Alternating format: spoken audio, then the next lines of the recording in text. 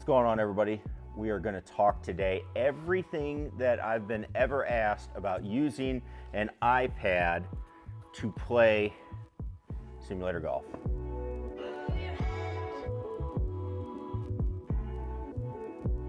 Hey everybody, Scott Hogan coming at you. We're here in the studio.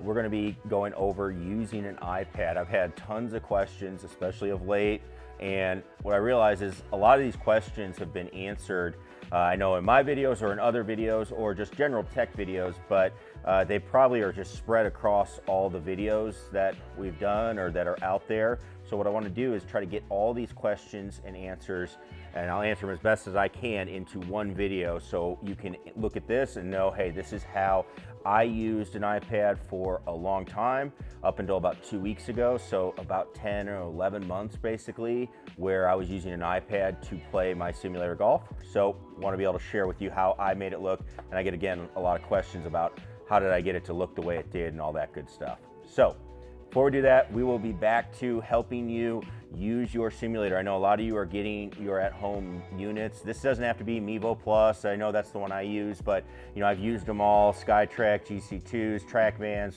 FlightScope X2s and 3s. You know, being able to use any of these launch monitors and give you ideas on how to actually use them to improve, that's what's going to be coming. So make sure you don't miss out on that. Click that subscribe button down below.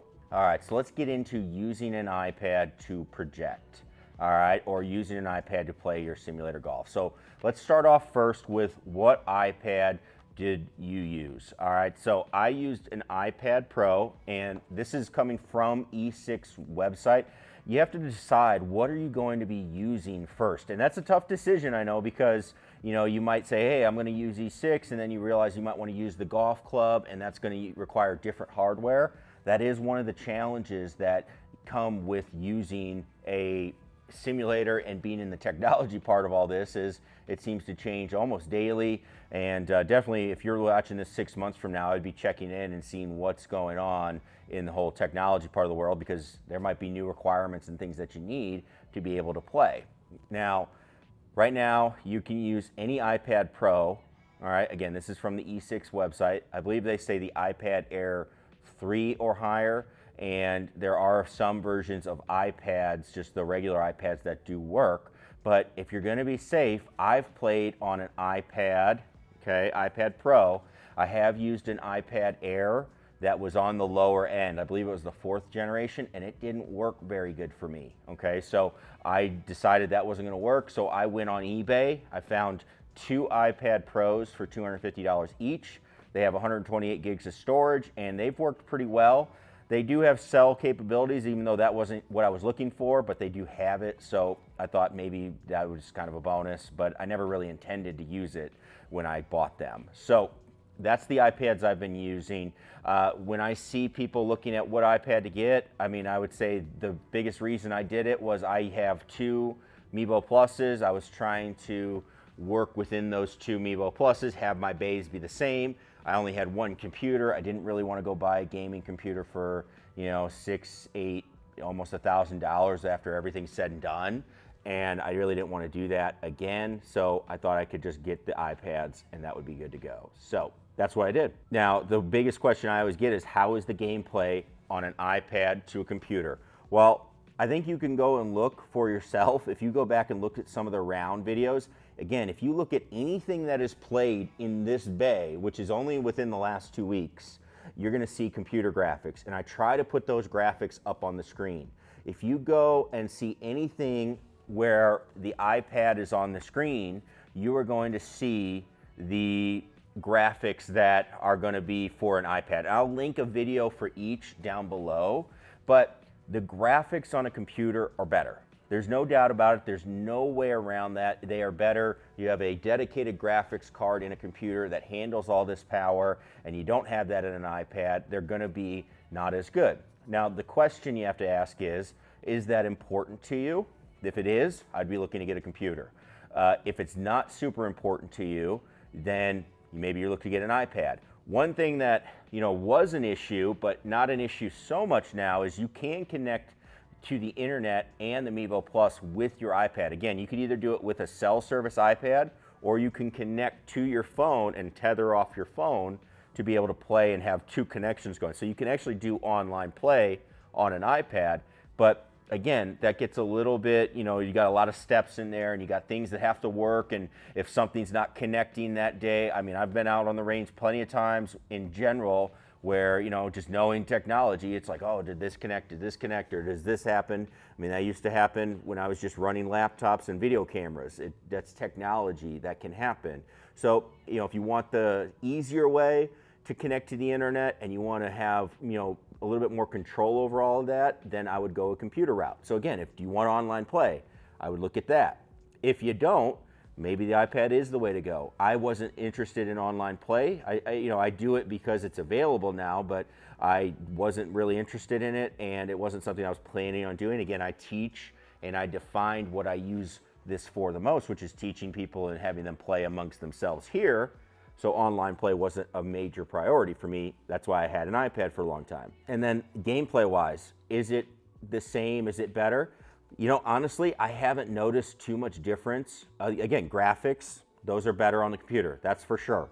But as far as gameplay goes, haven't really noticed too much of an issue. I never had a major issue with lagging on this iPad Pro. Again, this is just the iPad Pro 1. I never had major issues with that. I have had issues with my gaming computer on certain courses where I'll hit a shot and it takes a second to read it. What happens there is it depends on how graphics intense your golf course is. So if you're using the iPad Pro, okay, the one course out of the 5 that you played when you first get your unit, right? You get Amiibo Plus, you get 5 courses. The Stone Canyon Club, that one always had a little bit of issues, especially on some of those mountain holes. Again, pretty graphic, intense holes, but that's actually something I've noticed playing well before this, playing on just regular true golf, simulators and full swing simulators. You would get that sometimes too. That just comes from the computing power and what's going on. So you're obviously not having as much on an iPad, but that was the only course where I really noticed it happening sometimes. And it wasn't a major issue. It just would slow for a second and then the shot would continue. So again, your call. How much do you value that as something that you can do? I've noticed it on my rounds on the computer.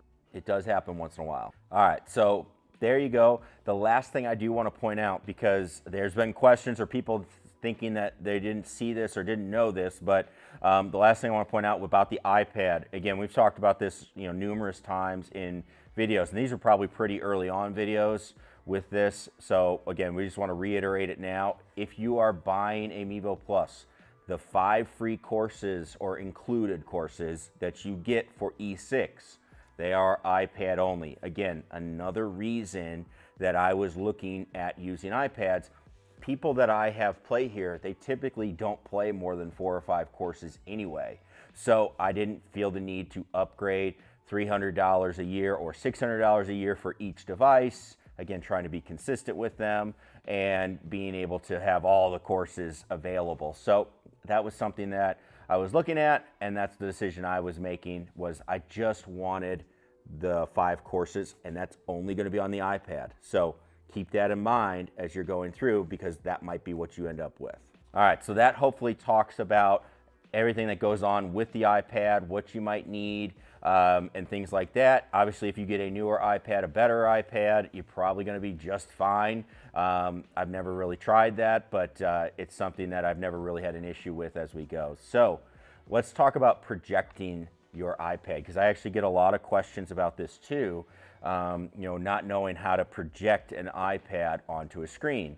So the first thing you're going to need with your iPad is you're going to need this dongle here, okay? And there's 2 ways you can project. I'm going to show you the first one, and to do that, you're going to need this dongle, which is just, it's a lightning adapter, okay, which is just like what you charge your phone with, right? Or the iPad charging plug. And at the end, it's got this HDMI port, okay? And then it's got another port where you can actually plug the charging cable in, so you can charge and use the projection part at the same time. So you have to buy this dongle to do this for part 1, or for the method 1 that I'm going to show you. Now, I would recommend you get the Apple one.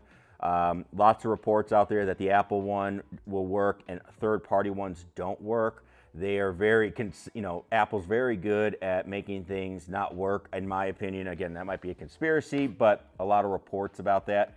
An example would be, I have a newer iPad Pro here, the 2020 version, and it uses USB-C instead of the Lightning port. So I had a dongle, and this is my work one. I don't project with this, or I don't play with this on E6, but I was using it, and I had a third-party dongle, and it was working fine. A software update, and it no longer worked. I had to go buy this Apple one, which is expensive, but it does work, and it's doing exactly the same things. This is the one for the USB-C iPad Pro, and it was giving me, it worked then. So, just one of those things I would highly recommend. You don't try to skip on it. Get the Apple one. It's the one that's gonna pretty much work. And if you have an issue, you could always go to Apple and say, hey, it's not working. What can you do for me? So that would be something I recommend. Now, to project, it's actually very simple. What you need to do is you need to put your projector on the correct settings. Now, when we start talking projectors, I always recommend people go check out a website that I use, projectorcentral.com. No way am I affiliated with them, but they're just somebody that you have to do research on your projector. Okay, and we're going to talk more about that in a second, but you do need an HDMI plug, or you're going to need to somehow adapt an HDMI cord to an output. So you could do that with like a DVI output, but I mean, just get a projector that has an HDMI input and you're going to be good. Okay, be able to plug an HDMI cord in your projector. It's so much easier. And then all you're going to do is you're going to plug in the HDMI cord into the adapter. You're then going to plug it into the projector, make sure it's on the right input on the projector, and you should be good to go. Now, the second method is you can use an Apple TV and you can AirPlay. Now, Rokus are starting to be able to do AirPlay along with some newer Samsung like TVs and things like that. So more devices are actually becoming more compatible with AirPlay. Now, in my experience using those devices for other things, there is some lag. They don't work as good in my opinion, but they do have the ability to connect. I just think the connection's unstable. I got a lot of disconnects, and again, this wasn't even playing sim golf. This was just trying it out and seeing what was going on. So that's my experience. It's probably going to improve as we go, but it is on newer Rokus I've noticed too. I have some older Rokus for watching TV and stuff, and it doesn't give you that option to connect. It has to be on some of the newer Rokus that are out there available. Again, check on Roku, check with them, seeing if it's available to Apple AirPlay. But what you're gonna do is, with the Apple TV plugged in to your projector, you're just going to click on your iPad, you swipe down from the top right, and you're gonna see something that says, it's gonna say screen mirroring. Once you click that button, your Apple TV should show up. You click it, and it should AirPlay to that Apple TV, which is connected to the projector. You're gonna have the picture. So you're gonna be there and be able to work with and use your iPad and see it. If I had to choose between the two methods, the one I used the most was actually the AirPlay method. I like it because you don't have to run wires. I've always kind of been in tight spaces, so being able to run wires efficiently or not have to run a wire at all, that actually is really helpful. So I've always done the AirPlay. However, there are some downsides to it. There is a lag sometimes. You have to think, you're sending data through the air. That can get slowed down sometimes if there's any type of interference. If there's just a slow connection, that can slow down what's going on. You might see a little lag. Now, again, I wouldn't actually notice it unless I looked at my iPad first and then saw, hey, there's like, again, a quarter of a second behind. It's not much, but it might be a touch behind. Just things that you're gonna run into, just like if you're streaming over Wi-Fi, anything like that. You might see buffering, you might see things like that. So again, if that's something you don't wanna see, then I would recommend trying to set up the wired connection. If that's something that's available to you, I would probably pick the wired connection. As long as, again, I'm not worried about cable management, any of that stuff, probably the way I would go. I also like that there's less steps too to connect. I don't have to go and connect. It's just like, hey, turn the iPad on and you're good to go while it's plugged in, and now you have projection. With the AirPlay method, you always have to connect to your Apple TV. Again, for somebody like me that's doing it, I was doing it consistently. I have people come in, throughout the day. I'll have 7-8 hours of use, and if I have to keep connecting it or stuff like that, gets a little bit old, but again, that didn't outweigh what I was trying to do with the cable management, so that's why I went with it. All right, and let's talk about the last question I get, and I get this one a lot as well, is how do you make the picture look good with an iPad? Okay, so iPads have limitations because they only project in one aspect ratio. Now, what is aspect ratio? That's just basically the size of your screen. You know, what are you looking at? So if you think about it, a movie or modern widescreen TVs, those are in what's called a 16:9. So you're gonna have a wider image than you are tall. So think of a movie screen. It's wider, not as tall. And sometimes you see those black bars that are on there too. That's a 16:9 aspect ratio, whereas an iPad does 4:3, which is more old school. Now, computers can typically kind of do both. On most cases, I would say. The ones I've had can do both. But again, that iPad's going to be 4:3. So you want your projector to be able to project at a 4:3 ratio. Now, that also comes in, if it's something that's very important to you, is to be able to fill up your entire screen, then you have to look at what's the shape of your screen. You can get a screen that has the aspect ratio of 4:3, you know, and that's just, again, the dimensions and the ratio of the width to the height. Again, if you have questions, go check out Projector Central, and you're gonna see some information about projectors. Then you have to look at how far away your projector is going to be. Okay, your projector has to support how far away you are to make it bigger or smaller image. Okay, so you have to do a little bit of research on that. From there, there are some controls that you can do within your projector to get the screen to fill up. You might have noticed as we were going through, at one point, my bays, when I was using iPads, I used to have 3 hitting spots in here, and then I switched to 2 because we were gonna have less numbers in with the restrictions. You might have noticed I changed the screens to a more horizontal look. I did that because that was going to give me, based on what I could do within my projector, an opportunity to fill out my screen a little bit more, okay? Again, there's a lot of trial and error that can go into this. I just sit there and literally click through and look at a couple of different things. I look at the zoom, I look at the keystoning abilities. Now, I've had projectors that actually let you stretch out the image or shrink it. Keystoning can be a little bit tricky because it does start to tilt the image a little bit if you get it a little off skew. So you have to be careful with that. But then I'm also gonna look at the zoom up on the actual projector. You can actually start messing with that. So you have to look at those things that if your goal is to get a full image, there is a lot of research that goes into it. So using any device, I think, is really, really interesting. What I would recommend is go talk to people that have a lot of background in projectors. There's a lot of information to read out there because you can go ask somebody what theirs is. I could tell you right now, my projector right now, it sits at 14 feet from the screen. Okay, 14 feet from the screen. It's 9 feet 6 inches high. All right, but that works for me. Okay, that works for me. It also works for the size of the screen. It's 12 feet wide. It's actually just under 12 feet wide. You know, those things are all going to come into play if you're trying to get a big picture. And I've had a lot of people say, hey, well, why can't you recommend something, or why can't you give me a straight answer about it? It's because all of those factors come into play, and it's really difficult to do it for every single person. There is no one size fits all in this. You have to look at your space and then make decisions based on that. The projector world is easily where you're going to spend most of your time researching this topic if you're looking for help. That's also why when I decided to make a big setup here and make it look nicer, because I was going to switch kind of what we were doing. Again, we got down to where we only allowed one person at a time. I went and hired a professional to build it out, to make my simulator enclosure, because he knew what it would take to get it to look the best based on what my space is and all of that. So that's something to consider as well. So check them out. I'll link I'll link everything that we talk about down here below if you're having more questions. All right, so that is everything I can think of about using an iPad and what you would need to know if that's the route you're going to go. Again, something you're going to have to do some research on. You have to make some decisions too.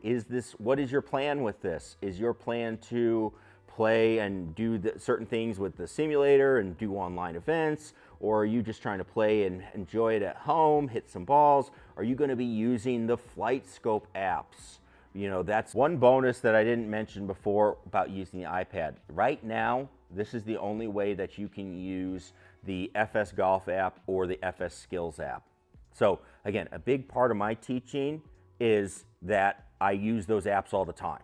Okay, so I use them all the time. So that was another reason why I felt like I was going to be using my iPad a lot anyway. I still use it. I just kind of accept that I have my projector set up for using the simulator part off the computer. And then if I ever need the FS Skills or if I need FS Golf, I just accept that it's going to be smaller, because on both of those apps, I'm not necessarily looking at, hey, you got to hit this part of the screen. We're usually just working on our swing and we know where the center of the screen is and we're just hitting at that. So that's something too to think about. If you're going to use those apps and you want them set up for that and that's your main thing, then I would stick with the iPad maybe and not be so worried about getting a computer. Again, you have to decide on what your uses are with these. All right, so there we go. That's everything I got about iPads and using that for the simulator. This is still actually a pretty new thing in simulator golf. You know, to think that you can just have an iPad and a device and be able to go mobile and stuff like that with this is really a cool thing. But you know, with anything that's new, there's always a lot of questions, a lot of things that have to be discovered, and a lot of it comes down to trial and error, which I know can be a challenge because you have to get some of the things, but there are resources out there that, again, I'll link everything below, that can help you, where they've done a lot more research than even I have about what's going on, and they can help you make a determination on what the best equipment and technology it is for you. Again, it comes down to your space, what your uses are and what you want, and that's going to be how you determine if everything that's gone. Anybody that I've ever talked to that's opened up a simulator place or built one, they've all agreed that looking at projection and how that works is easily the most, you know, the thing you have to research the most and go from there. So again, thanks everybody for watching. Click that subscribe button or hit the thumbs up if you liked that video. And as always, leave a comment down below if you have any questions. Thanks everybody. We'll catch you in the next video.